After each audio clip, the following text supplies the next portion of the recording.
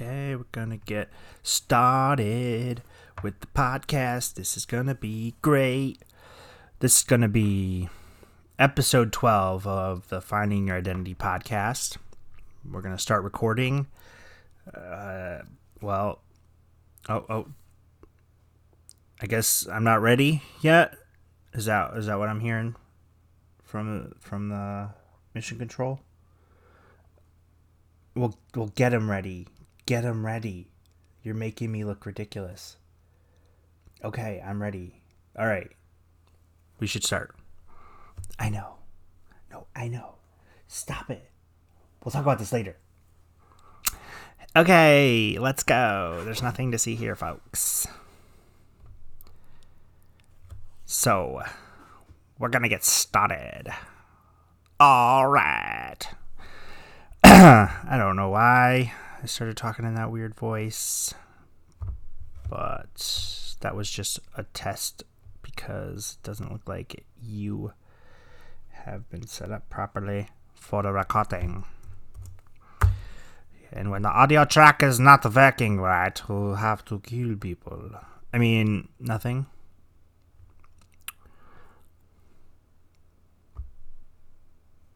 This is a test.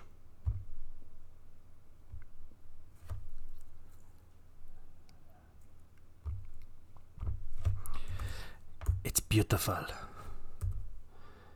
Ay. See, this is why you watch the YouTube video. You get to see the behind the scenes. You get to see the quirkiness. You get to see the magic. Oh, I'm a terrible magician. I'm showing you the magic. Okay. This time, we're starting for real. Hey, welcome. This is Finding Your Identity. This is going to be nothing. Ugh. This is the story. There's more to my Rome story that I haven't shared that is kind of related to what this particular episode will be about. But what I really wanted to go to Rome for was to kind of have some quote-unquote me time, even though I was kind of not, I wasn't completely single. Obviously, having a girlfriend means you're not really single, but it wasn't super serious. And I just think I had a lot of stuff going on, a lot of responsibilities or a lot of things or people depending on me while I was, I was at home. And I think part of that just made me feel like I couldn't necessarily escape in the best way from everyday life. So I decided I'd leave the country. The best way to get away from the craziness of life is to leave the country. Yeah, I guess that was my thinking. But what I did was, essentially I booked that trip to Rome by myself because that was my thinking. I was going to be able to get some me time and escape. And so when I went to Italy and I went to Rome and I was in my hotel, my second hotel, not the first tiny little bigger, just barely bigger than a red box room, but the bigger hotel room, which was pretty much your standard hotel room, and it happened to have like a little refrigerator in it, which was nice, but everything was taped or marked in some way that indicated that if I were to take something, they were going to charge me, which is somewhat common. But I, needless to say, got into the room and I finally was able to relax for a little bit and gather my thoughts and actually start to think through what I was doing and really start to kind of plan out my trip for the next 7 or 8 days that I was going to be there.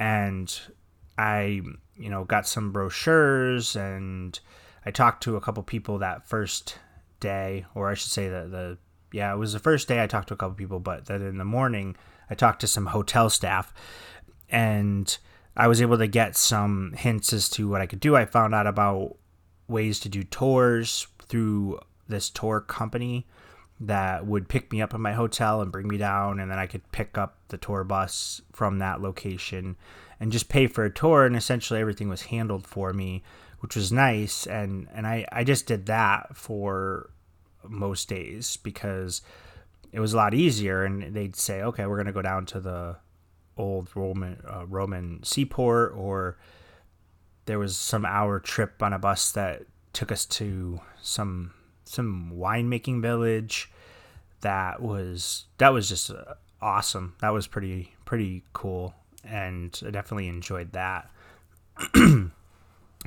And it was nice, but it was really me alone with my thoughts because I didn't really know anybody. I mean, I talked to people, but not really. I had my music, I had my Walkman or CD Man. I forget what I had at the time. I don't know that I had a MP3 player. This was back in 2003. Maybe I did. I can't remember. But I had my music. I had a couple books that I was reading, but I also, had my notebook, and I figured I'd write and take the time to write stuff down. But I used that time to examine myself and really try to think through what my future was going to look like and what, I was going to do to plan the next step of my life, because I felt like this was one of these coming of age type of trips where I really needed to figure things out because I didn't exactly like where I was in life. And part of that time that I took to kind of reflect and think these things through led me to realize that I really needed to complete school as soon as possible. I was taking a couple classes. That was kind of the contingency for me to live with my friends' parents at the time. And while I was living with them, they cut the deal that I didn't have to pay rent if I went back to school. So I did that, took advantage of it. But I was really just taking 2 classes a semester because that's all I could really do, working 50, 60 hours a week. And be able to be successful in those classes and still pull off the 4.0 that it wasn't required. That was what I kind of put that restriction on myself. I said, I need to get a 4.0, at least in these classes that I'm taking. If I'm only taking 2 per semester, I should be getting A's. But regardless, this time when I took, it was during the summer. It was August. And it's funny because I remember this point where I really started to kind of reflect a little too much, I think, or really get lost in my own head, and I kind of was going a little crazy, and there really wasn't anyone to talk to, and I was completely out of communication with anybody back home in the United States because it was crazy expensive to talk to anybody back home from the way that international billing worked. So there was really no expectation to talk to anybody. I think I did have my cheap computer or laptop at the time, but even internet was kind of tricky to do. I could. I just chose to kind of cut off all communication. It was just easier. I could send emails. I think I sent a couple emails just to check in with people, let them know I wasn't dead.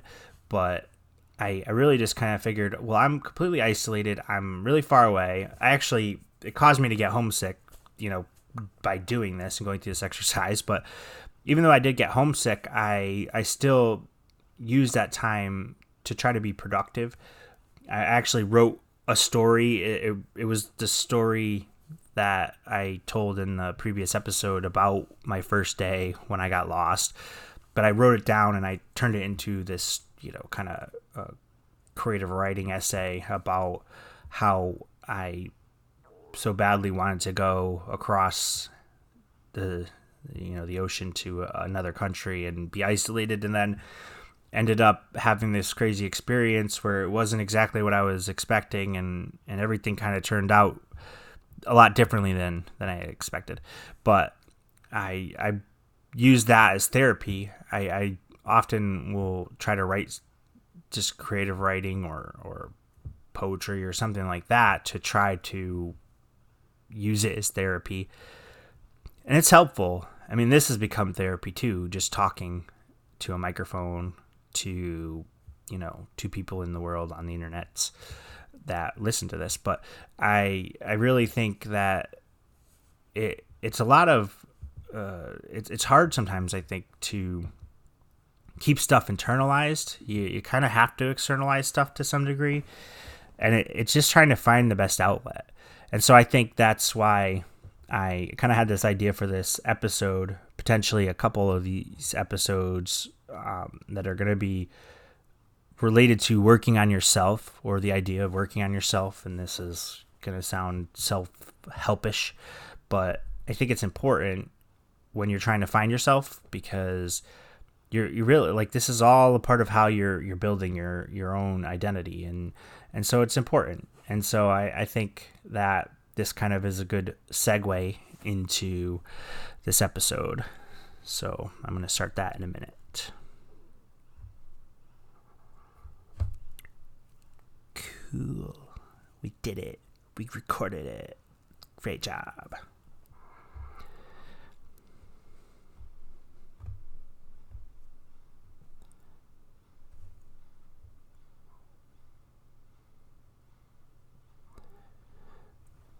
And I'm using Audacity to record this. And what I do is I export it, and I'm actually using Google Drive to store the files. So I make sure after I record it that I export it as a WAV file, and then it goes into the folder that's synced with Google Drive, because you never know.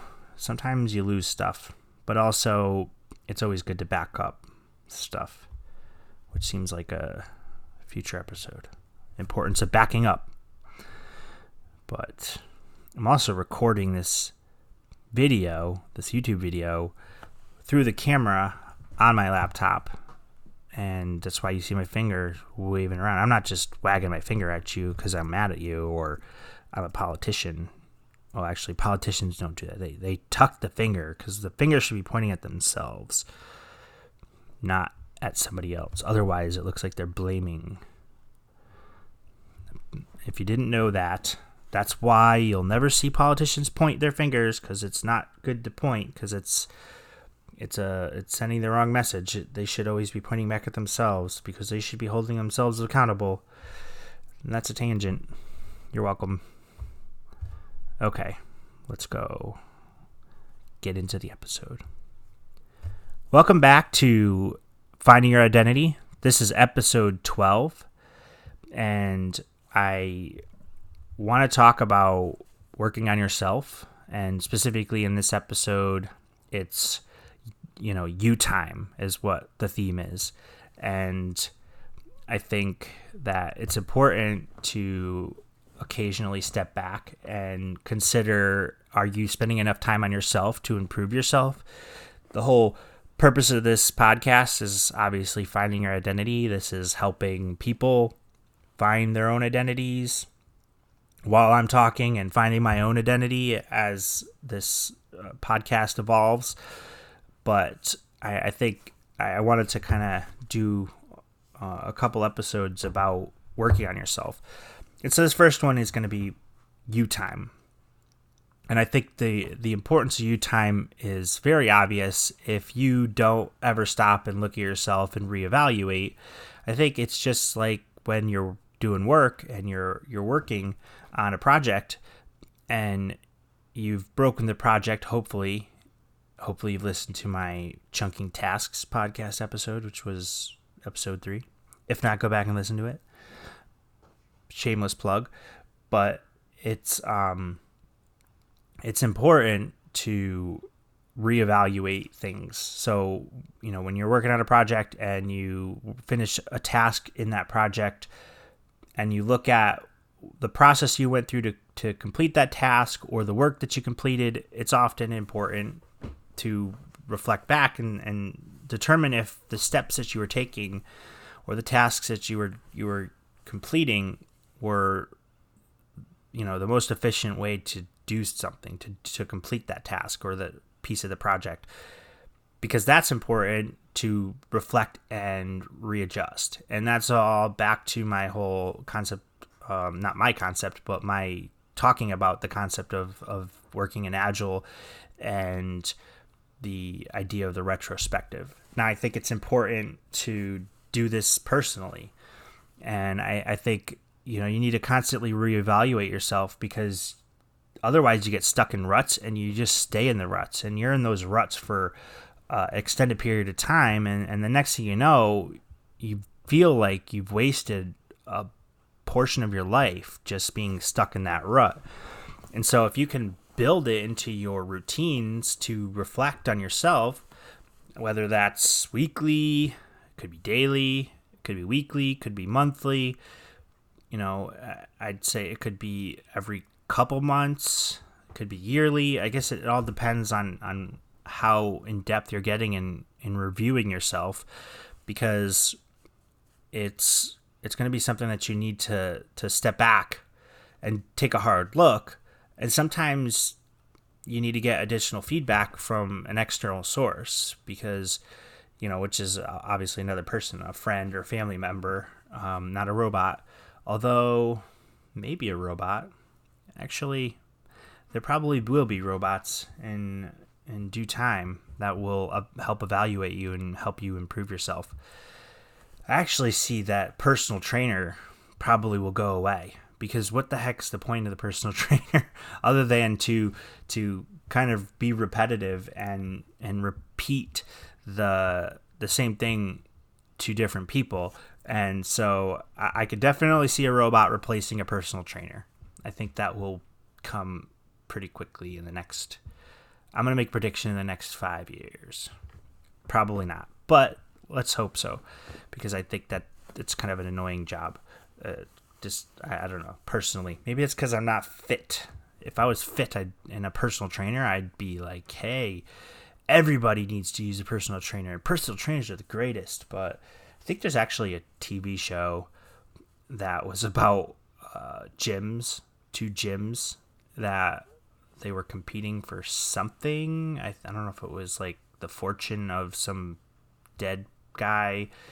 Maybe it was his son. I don't know, but it was kind of funny because they were these crazy personal trainers, and then there was kind of a level-headed guy who maybe was going to become a personal trainer. I forget the whole premise, but the whole concept was just kind of funny.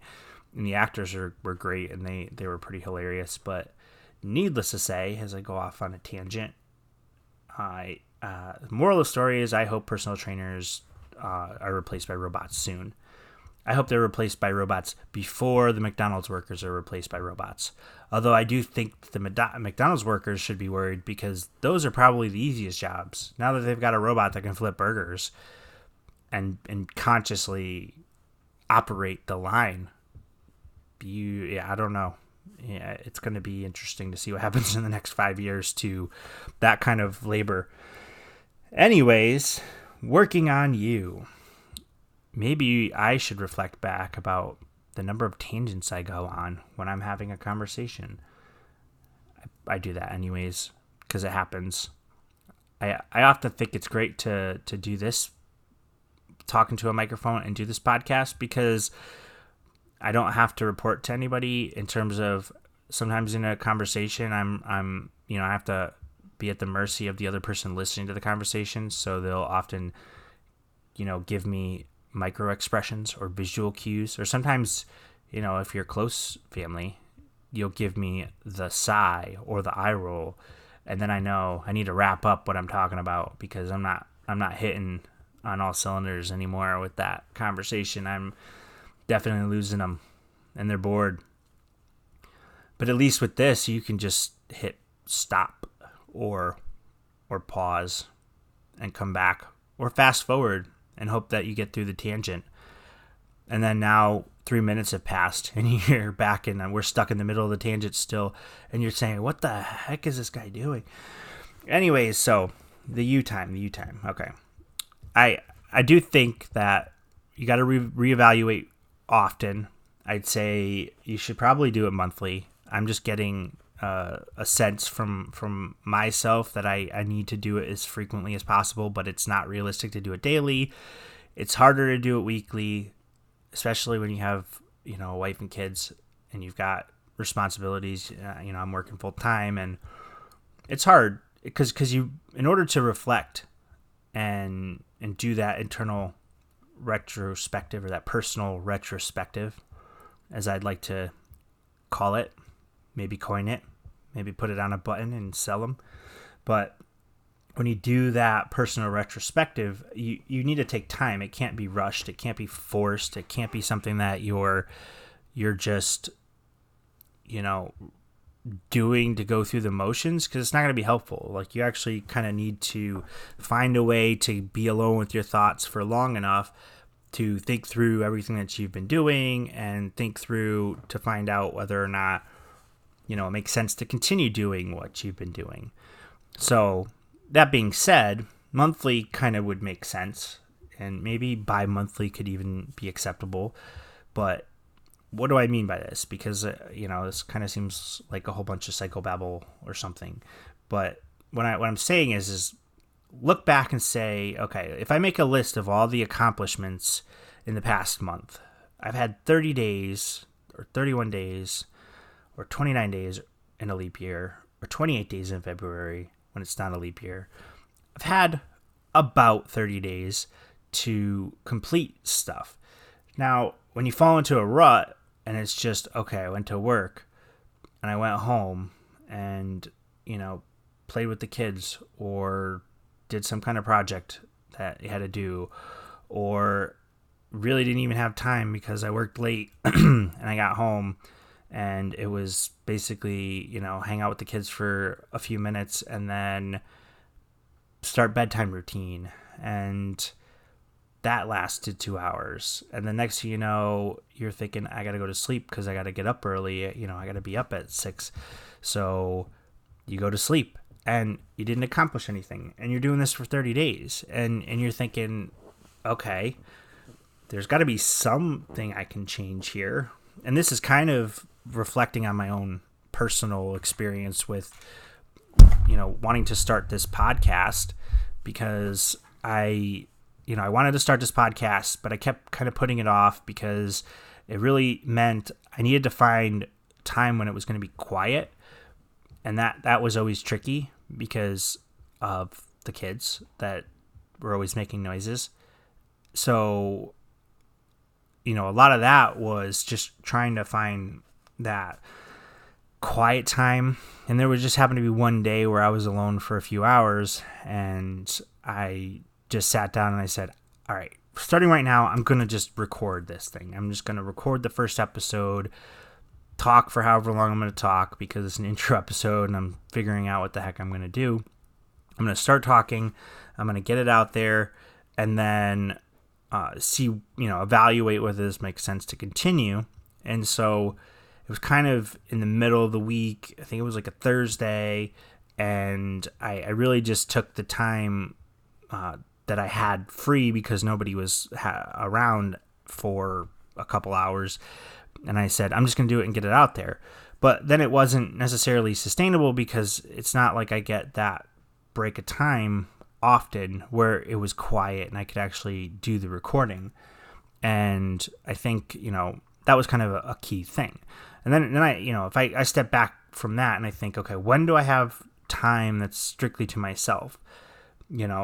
It really, I've got a 45 to 55 minute drive into work, but you can't really record very easily a podcast while you're driving. As I found, I had the ambition to try to do that, but it seemed without some crazy expensive equipment, that wasn't going to happen, in order to essentially cut out all the sounds from the car or the outside road. But I figure, okay, so there's that fit. Let's call it an hour. So I got an hour to myself where I'm completely alone. I'm driving. Sometimes, though, it makes more economical sense to take the bus. So I'm still technically alone, but I can't record there. So I said, okay, that's not going to work. And even coming back, like coming home, the same thing where I'd have the 55 minutes to an hour, and it still wouldn't make sense.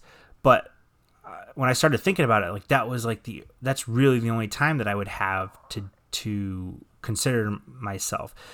I think, okay, well, I'm at work. Sometimes lunch is 15 minutes where I'm eating at my desk trying to get work done. Sometimes I can actually go out for like an hour and take some time to eat the lunch and try to reflect on what I'm doing at work and try to refocus on what I'm going to do for the afternoon. But that, once you kind of get busy at work and you're settled into a job, it doesn't happen as often as you'd like. So a lot of times it's just about a half an hour that you might have. And it's kind of, sometimes it's sitting at the desk and doing work while you're eating, or maybe eating for 10 minutes and doing work. Anyways, that time didn't work. And obviously I can't really record a podcast while I'm at work, while I'm sitting in the office. So that kind of scratched that out. So I continued to reflect and reevaluate when can I do this? When can I do this? And after I did that first episode, I had this itch to do another episode, and I said, I really want to do this. Even if this isn't successful, like I just want to just get the words out of my head, all these thoughts out of my head, and just start talking and see. And I think it's just going to be a matter of time to build the interest. And so I just thought, I'm just going to do it, and I'm just going to commit to doing it. And then I settled on, well, when's the day that I can do it? Well, it really wasn't clear. And I said, well, at least I know that there's going to be at least an hour period during any given week that I'm going to have free time, but then I can do it in the evenings, even if it meant that I just didn't go to bed early or on my regular scheduled time. So sometimes it would just be a matter of, I'd stay up till midnight and I'd just work on it, and I'd go off and I'd record for the hour, and then I'd, be doing the editing and all that fun stuff. And then it kind of made sense that like I didn't necessarily need to schedule it. And sometimes I think people think, oh, I need to schedule it. I think sometimes that applies to reading. Like I think some people don't necessarily get into reading because they don't think they have time for it. Not that they can't read or they don't really like reading. Although there's been people who've told me that they just don't like reading, which I just think they haven't found the right books. Because I feel like, I don't know, maybe that's just me, but I felt that same way for several years. Like I was just kind of like, I don't read because I don't like to read, and I justified it as I just I haven't found anything I liked. But then again, as part of a retrospective of my life and what I was accomplishing, I said I need to be reading more, because especially since eventually I'd love to write that novel that I could publish, because I enjoy writing. I recognize that every writing book tells you should be an avid and well-read person, avid reader and a well-read person if you want to write, if you want to be a good writer, because that's really the best way to improve your personal skills and your writing skills, is to have read a lot and seen how other people do it. And when I was younger, I was stubborn and didn't believe that, but definitely wholeheartedly believe that's the case. But also, it just improves improves you as a human being, to sound, I don't know what that would be, to sound like, it kind of sounds like I don't know big words because I don't read, but I do. I tell you, I'm just drawing a blank right now because I'm sitting here on a podcast, and of course, under the gun. Is it cerebral? Maybe that's the word. Is it cerebral? Anyways, I can get sidetracked when I'm trying to think of what I'm going to say next, because again, I'm not reading off of the script while I do this. As you can see in my YouTube video, if you watch the YouTube video of me recording the podcast, I kind of just wing it, but I do prepare ahead of time with some thoughts that I generally want to get out there, and I have a list that I made in my notes on my app, note app, that I know what I want to cover in terms of high level topics. But again, that kind of came from me doing a retrospective of how I was recording these, because I have a lot of these little stories that I like to share. I also just don't shut up and start talking, and I can just keep talking, especially if it came to tech stuff, because technology is such a integral part of my life that I feel like I often need to talk about it, because it's not only, because I enjoy talking about it, but it's also helping me improve, because when I talk to other people, we end up engaged in some kind of conversation, and you get other perspectives on that topic. And that can apply to any topic. But I think, the main point, as I try to wrap this back around, is this whole concept of the retrospective. As I, before my tangent of a tangent of a tangent and a tangent and a tangent, I was trying to get at the point that you got to reflect back. And I did that when it came to recording this podcast. And I did recognize that I needed to figure out a good time to do this, but it didn't have to be when I thought would be the good time. Like, everybody has their own, ability to kind of make their times, or, make their own. No, I don't say it. Not everyone can just make their own schedule. It's not what I meant, but you can dictate when the best time to do something would be. Some people like to just read a few pages at night in a book and read a book, or some people like to binge watch a show because they want to get caught up on a show, and so they'll say, okay, I'll watch one episode and then I'll go to bed, and essentially you build it into your routine, make it a part of your routine. And I think that what's kind of an interesting concept there, like this concept of the routine, is it kind of plays in with building up good habits, because I think that you're gonna gain better habits by making them a part of your routine, so that it doesn't feel out of place or foreign, and doesn't feel like forced, or even like a chore. And I think a friend put me onto this book called Atomic Habits, which is a good book, and it talks about doing small tasks, or creating small habits. And to me, it's like it has to fit into a routine. I mean, that's essentially what it is it's making these small habits a part of your routine. And the main reason for that is because we're forgetful. We got a lot of stuff going on. We don't just wake up and automatically think exercise, breakfast, without it being part of the routine. I mean, I guess what I'm saying, it is something that you would think of. You'd wake up because that's part of your routine. You wake up and you think, okay, I got to go exercise, then I'm going to have breakfast, and then I got to, go to work. I got to drive to work, and I'm driving and I got this indicator that says I need to get gas. Oh, so I got to get gas. Oh, okay. And then I remembered I needed more toothpaste, or I ran out of contact solution, or whatever it is. And then these other things kind of pop up. Now, if something's not a part of your routine, like going to work, you could all of a sudden get sidetracked.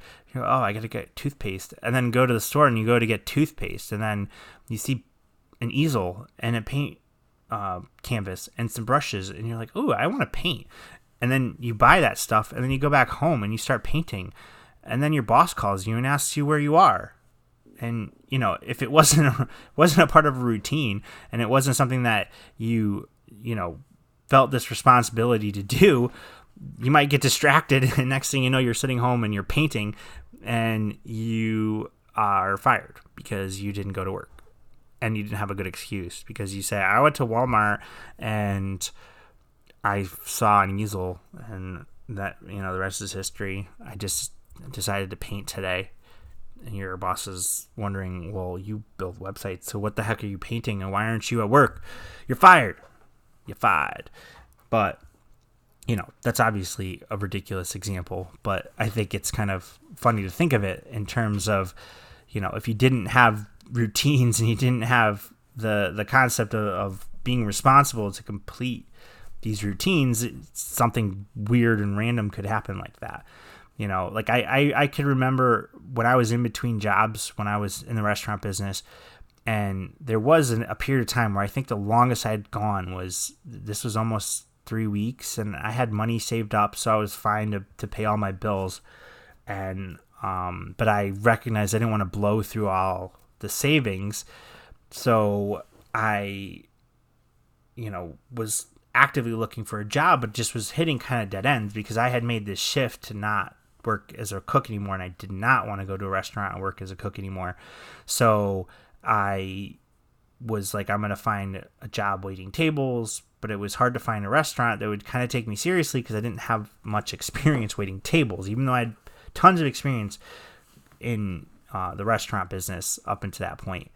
But needless to say, what would happen is the entire days would just go and I wouldn't get anything accomplished because I really had no kind of routine. And it was the first time in a long time that I didn't really have the same responsibilities, where I had to get up and be to work by a certain time. Like my schedule was set a certain way, so I had to be in whatever day by whatever time, but I had nothing holding me. And so at first it was great, and I'm like, this is like a vacation, but after 2 weeks and still nothing solid in terms of a new job or position, I had to seriously reflect back because what was happening was, I go into week 3 and I wasn't waking up until 1 o'clock in the afternoon.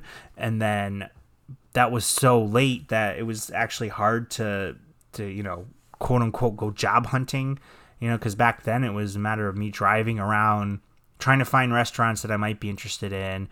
And I always felt it was important to go in person and hand them a resume and then see if I could talk to a manager. Sometimes I could get an interview then and there, but a lot of the restaurants that I was going to just were not looking for someone that didn't have a lot of experience, or they'd want to get me in there as like a bus person or a hostess or a host. And I said, I don't look good in a dress, so I'm not going to do that. But I think, I just kind of was giving up a little bit. I was kind of phoning it in, even though I was in person to some extent. I really felt like I probably should have put a little bit more effort into it, but I didn't. But what I did was I stepped back and I said, all right, now this is problematic because I just had no real routine or game plan there. And I stepped back and said, I'm going to set up this routine. And so I started making a point to get up in the morning at a certain time, even though I didn't have anywhere to be. I was like, I'm going to be up by 8 o'clock at the latest, because generally that's when I got to be at a job. Most of the places, depending, it depends actually. They don't have a breakfast shift or early shift. Anyways, I figured let's make it 8 o'clock. That's easy number to remember.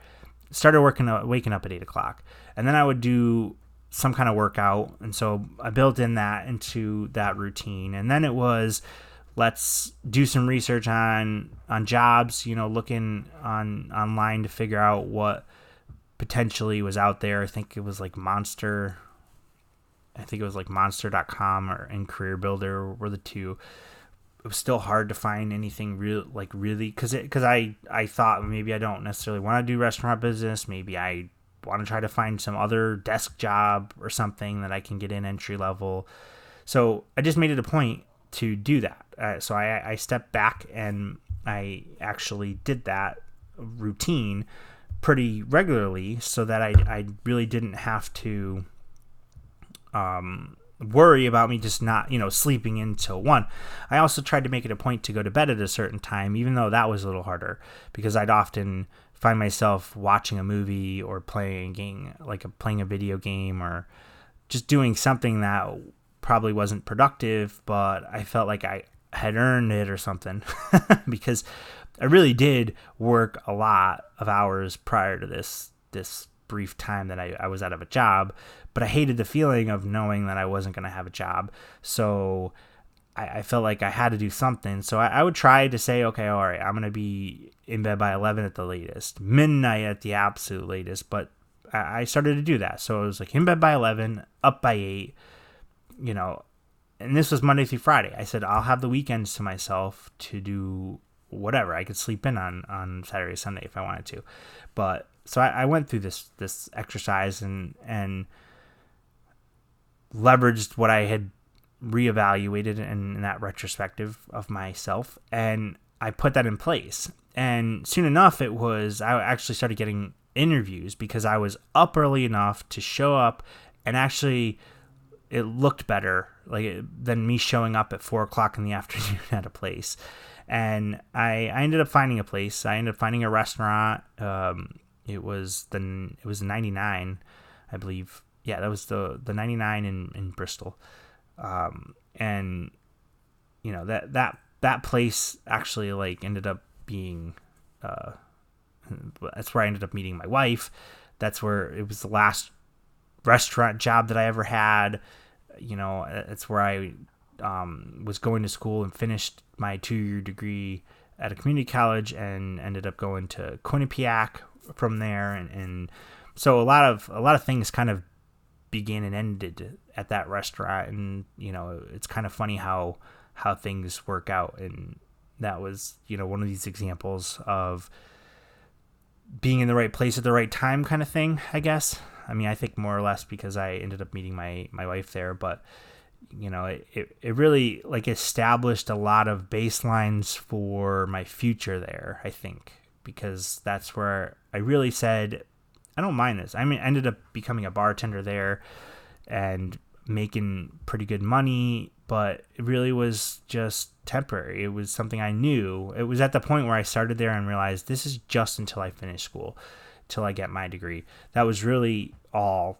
It served as its purpose. And, you know, I obviously didn't share that with the managers because I didn't want them to think I was about to jet at any time, but they know. People come in and out of restaurants all the time, especially college kids. College kids are constantly waiting tables, you know, as a way to make extra money. And, you know, as soon as they finish school, they're out of there, you know. But that was kind of the position that I took, I feel like, is what helped me get settled and re-baseline for my future, was just purely stopping and thinking, I need to build some kind of routine. I need to start some good habits in terms of getting up at a certain time and then, you know, doing exercises and then doing my research or whatever, but filling the time and being productive. That was kind of the big thing that I was really trying to establish. And I did that. And I think it worked out for the better. Now, I think, you know, considering when I went to school, it became shifting. It became a time where I had to actually shift into a different type of schedule, because that was the kind of schedule that revolved around whatever I was doing from a class course schedule perspective and whatever the coursework was. But everybody does that. I mean, everyone who goes to school, like college, 2-year, 4-year, whatever it is, immediately recognizes they have to build some kind of routine in order to accomplish stuff, because otherwise you're just a mess and you're not going to succeed, you know, or you're just not going to do really well. You're not going to get the best grades. But I generally feel like most people kind of figure that out. And I think that's actually the biggest, not the biggest, but that's one of the points of going to college, is to learn that, you know. I mean, thankfully I figured it out before I got to school, because I was able to put it together, and then that helped me re-baseline my life in order to get into Quinnipiac and then start down that path. And then I was able to kind of leverage some of what I had figured out. And then I just kind of cruised along with that routine, with my routines in place, and figuring out how to get through college and figuring out how to be successful, and understanding that there were times where I had to buckle down and there were times where I could, you know, relax and enjoy life a little bit, you know. So that was always kind of a point in my life that I reflect back on, and I think that I'm kind of grateful for kind of figuring that out.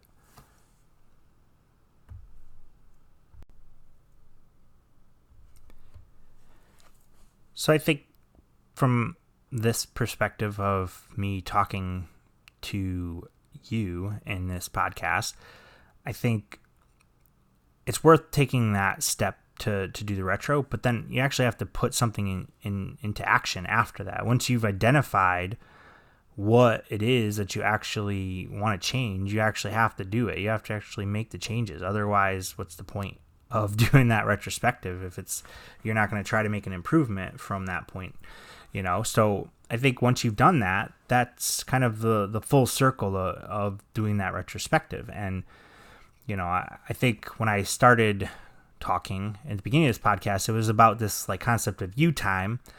And I think that's what you have to do during that you time. But not to say that you shouldn't also do fun things, because it can't be always work. It can be draining. So I do think that there comes a point where you have to figure out what you can do for yourself to improve yourself, because I think what it really means is you got to figure out how to make yourself happy. You got to feel happy. Otherwise, you don't feel like there's a point to any of the stuff I said previously. You figure, what's the point of doing a retrospective? I'm not happy, and it won't make me happy. But it would if you took time for yourself. You did the reflection, and you looked at the reflecting and the retrospective as something that's going to improve your life to ultimately make you happier. So now, you find things to make you happy. Like I think just working on yourself, exercising is always kind of being pointed at, as something you always feel better about yourself once you've exercised. I think it's hard though. I think when you're busy, it's hard to exercise. I think it's hard to find the time. Again, it's one of these things like trying to record a podcast where it has to be quiet in order for you to record it. It's kind of like, well, I need somewhere where I can actually exercise. I can't do it in the middle of the street while I'm on a walk during lunch, although walking during lunch is exercising. So that's kind of ridiculous that I said that, but it is what it is.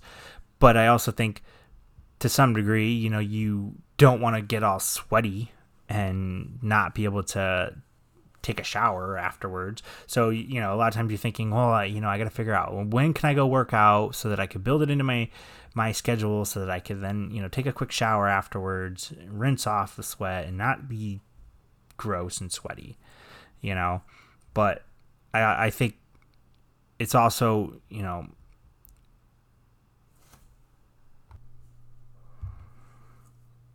and this highlights the problem that I think a lot of people face when they're busy and it's not part of the routine.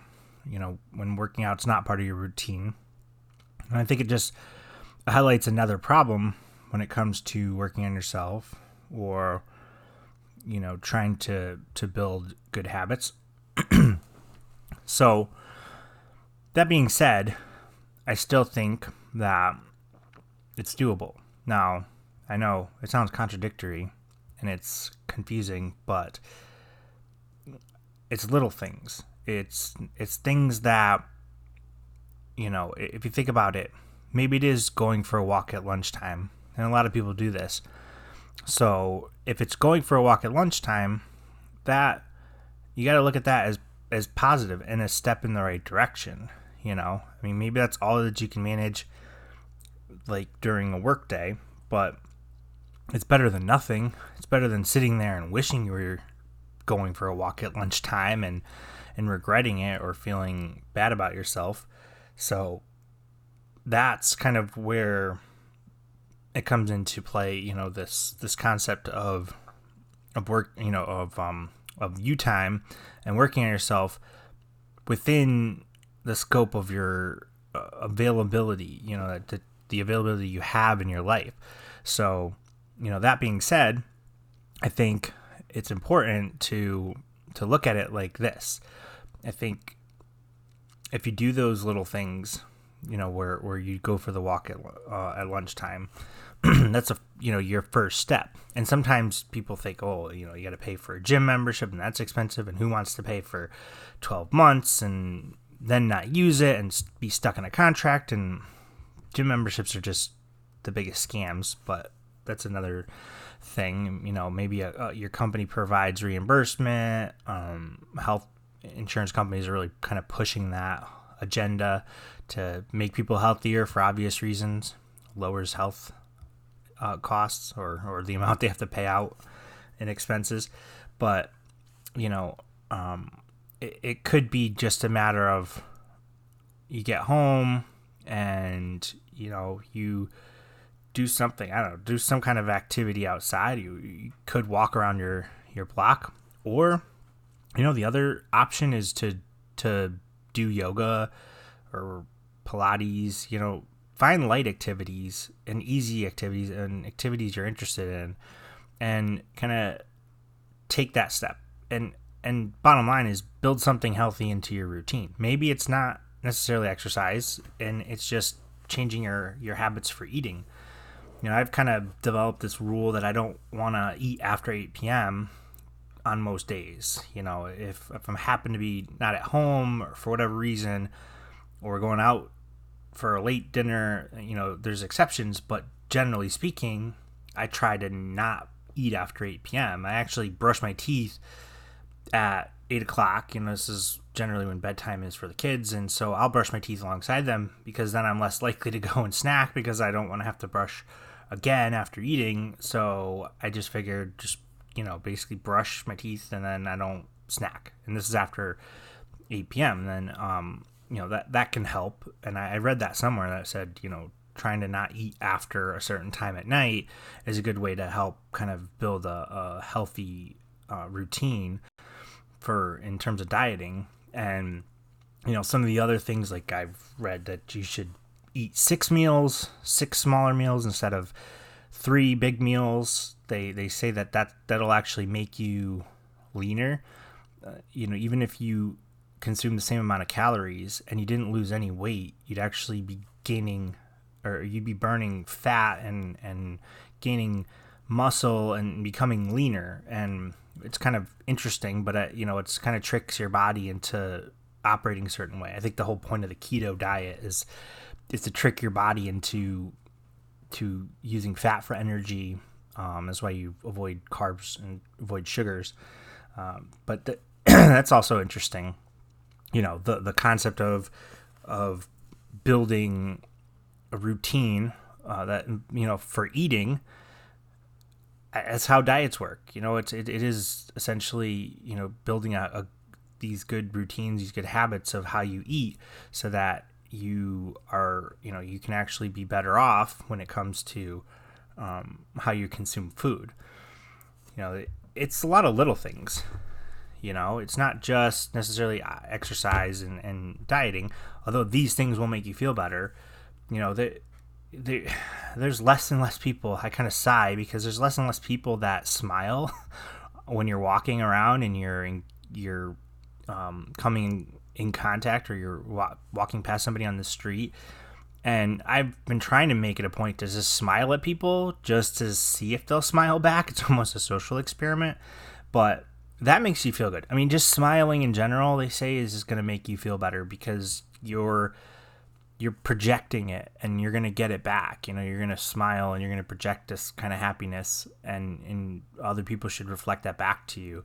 So, just something simple like that, just make it a habit to always smile at every person you pass, even if they're frowning at you. It's even more fun when somebody's frowning at you and you smile at them.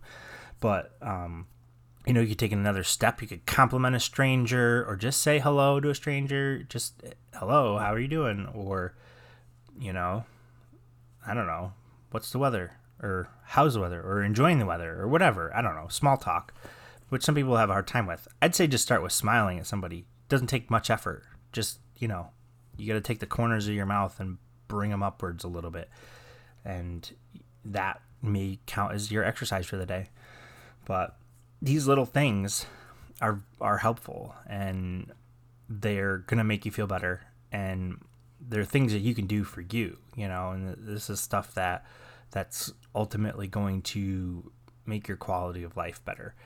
So I think I have more to say about working on yourself, but I want to bring that in another episode and cover it in more detail for other areas about working on yourself. So I'll wrap up this episode, and I'll say, everybody who's listening, thank you for listening to the podcast. I now have a list of all the people who haven't listened to the podcast, and I have employed secret agents to hunt them down and force them to listen to it against their my lawyer's just telling me now I can't say that. I'm just kidding. Disregard the previous statement. There are no secret agents following you. Well, it doesn't matter. The people are they're not listening to us. The people who are listening aren't the ones who secret agents are following. Okay, disregard what I said. This is something that you need to scratch off from your memory. Anyways, thank you for listening to Finding Your Podcast? No. Thank you for listening to Finding Your Identity podcast, the Finding Your Identity podcast, and hope to have you back next time for some more talking about working on yourself. Bye. Good day. Good day. Or hallelujah. Who knows? YouTube